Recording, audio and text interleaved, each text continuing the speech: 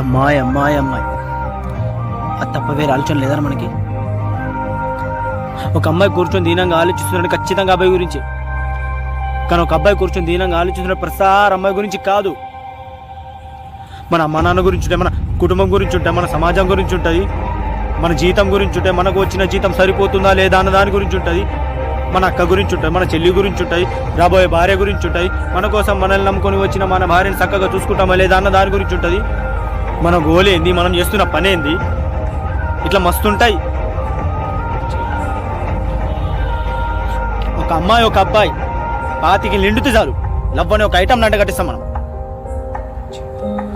ఒకటి ఎప్పుడా నువ్వు రోడ్డు మీద పోతున్నావు, నీ ముంగటికెళ్ళి ఒక అమ్మాయి ఒక అబ్బాయి ఇద్దరు బైక్ మీద పోతుళ్ళు, అప్పుడు నువ్వేమనుకుంటావురా? అమ్మాయి అబ్బాయి పోరగాళ్ళు ఇద్దరు లవర్స్